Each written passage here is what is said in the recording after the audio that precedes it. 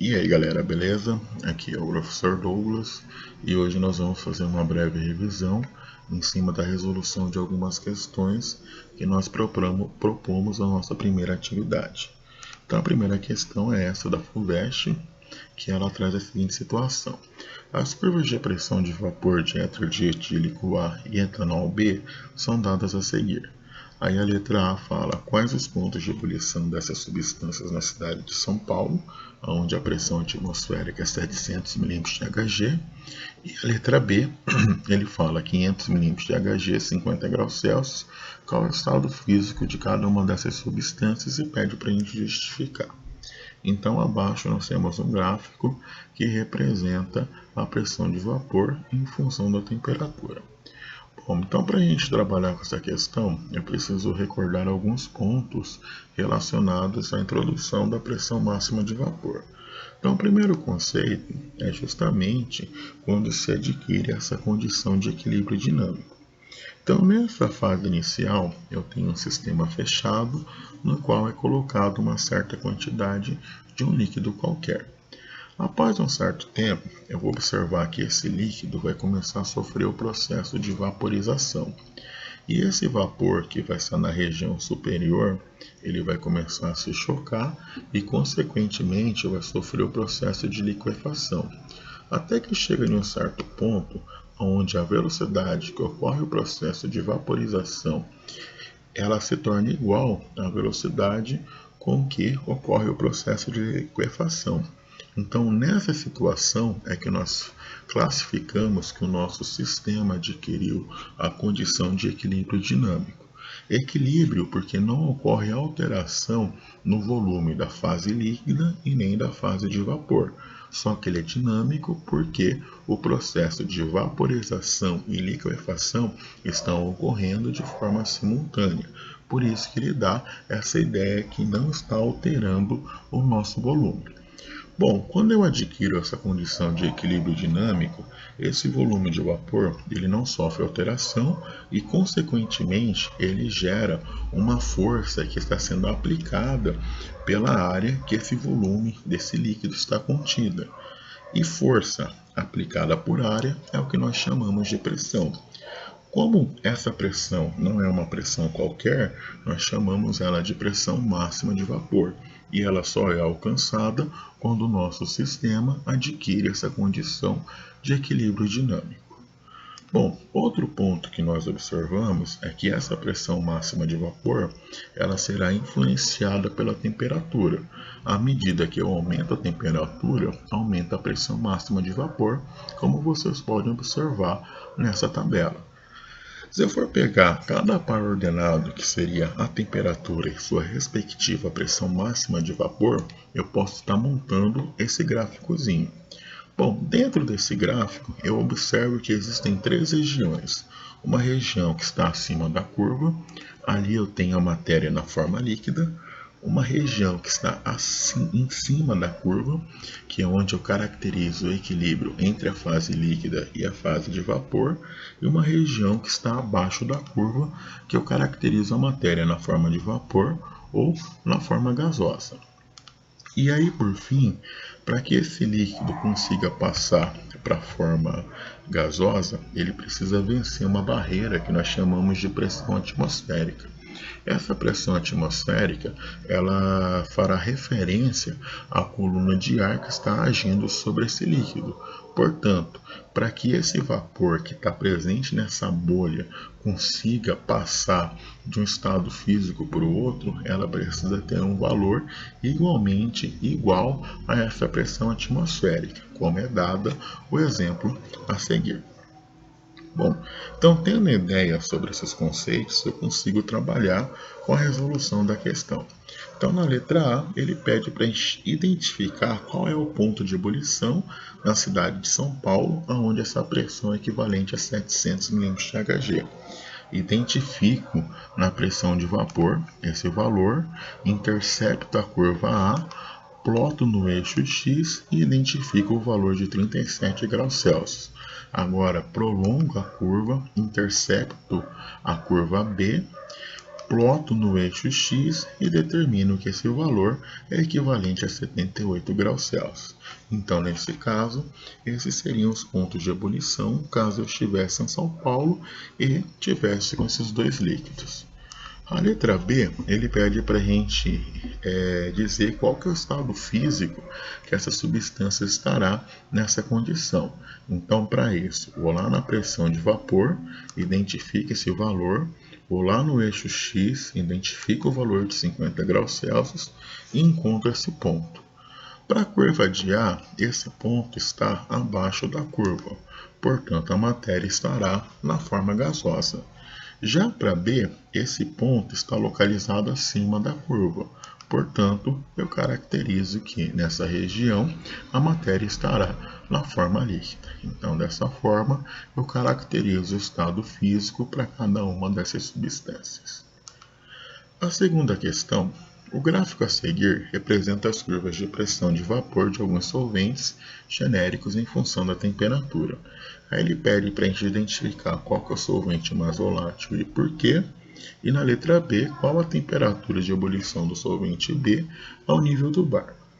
Bom, então volatilidade ele é um conceito que está associado à facilidade que a substância tem de passar do estado líquido para a forma de vapor. Então, tendo isso em mente, eu vou analisar essa situação. Aqui eu tenho dois sistemas fechados. No primeiro sistema eu tenho água e no segundo sistema eu tenho éter. Após certo tempo, a temperatura de 20 graus Celsius, eu observo que esses dois sistemas adquirem a condição de equilíbrio dinâmico. E a partir daí, por meio de um mamômetro, eu determino qual que é a pressão máxima de vapor. Ou seja, a pressão máxima de vapor do éter é maior do que a água. Portanto, eu posso dizer que essa substância ela é mais volátil. Então, em via de regra, quanto maior for a pressão máxima de vapor, maior será a volatilidade que essa substância possui. Tendo isso em mente, vamos voltar para a questão. Então, aqui eu pego uma temperatura qualquer, nesse caso eu considerei a temperatura de 50 graus Celsius, e a última curva que eu interceptar, ela vai indicar a substância que possui a maior pressão máxima de vapor.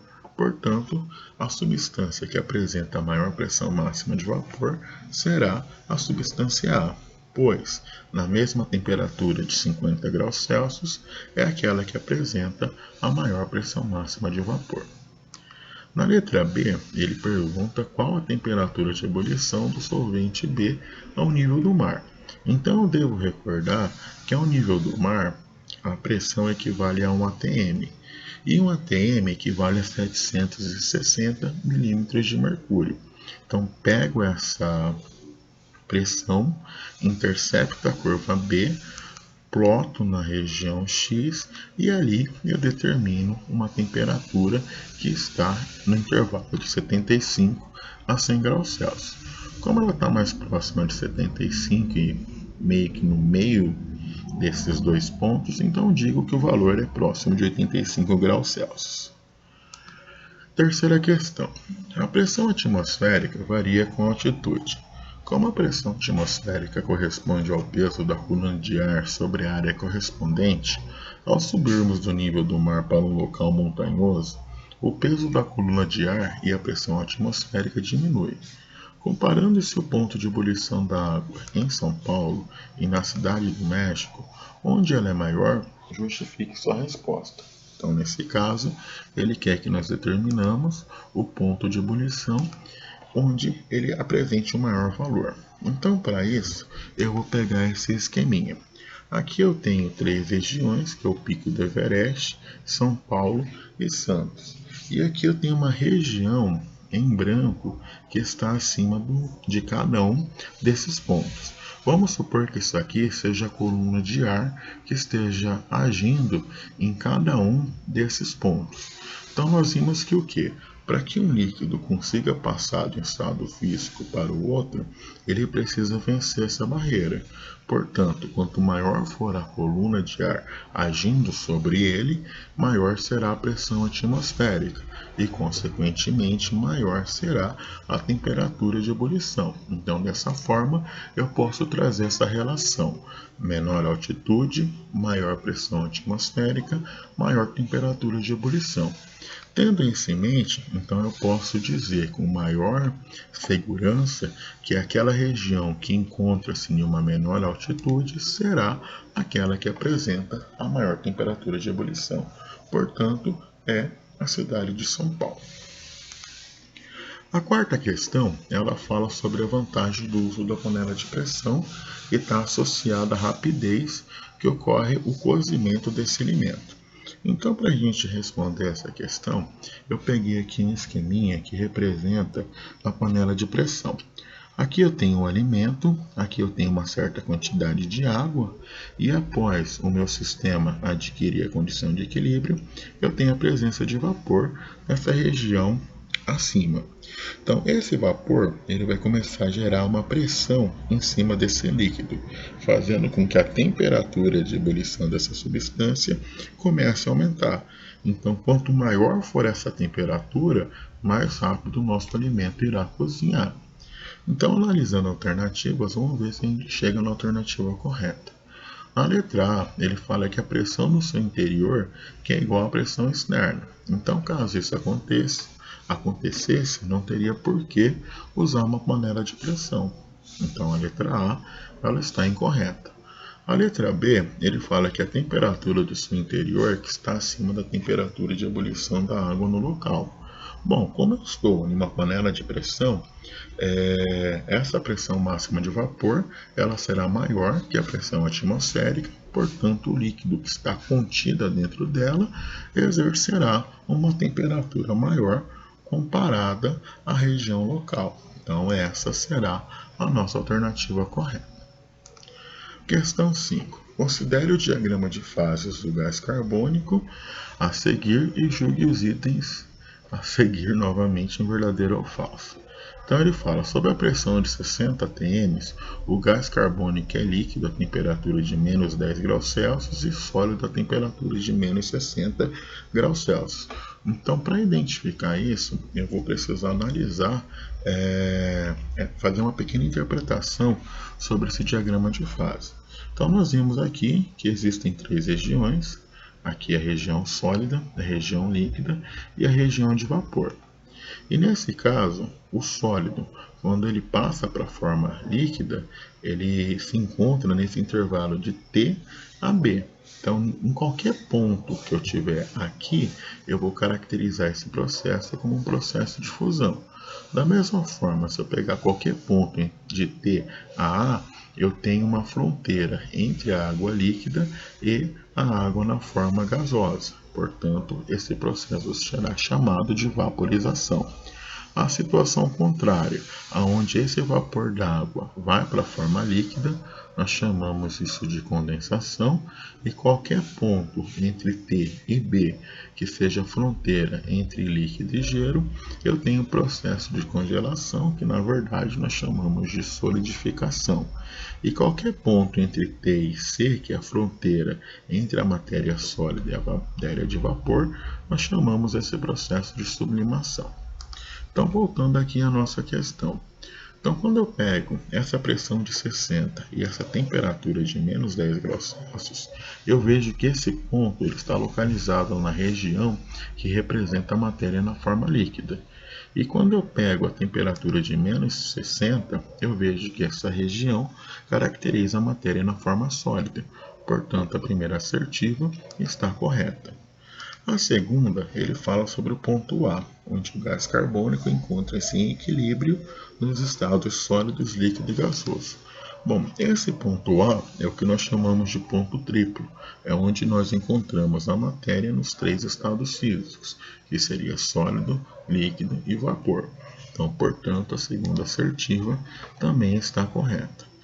A terceira, ele fala, a pressão de sublimação está abaixo de 5 atm. Então, pegando esse ponto e analisando, eu vejo que ali só existe uma fronteira entre sólido e vapor.